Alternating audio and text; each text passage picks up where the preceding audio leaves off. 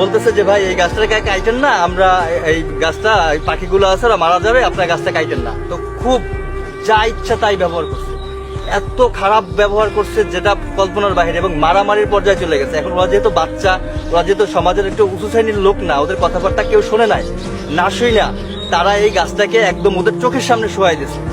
মানে যখন গাছটা পড়ছে আমাদের মনে হয়েছে যে আমাদের হৃদয়টা একদম ভেঙে চলে শেষ হয়ে যাচ্ছে। কারণ কি, ওখানে শত শত জীবন আছে।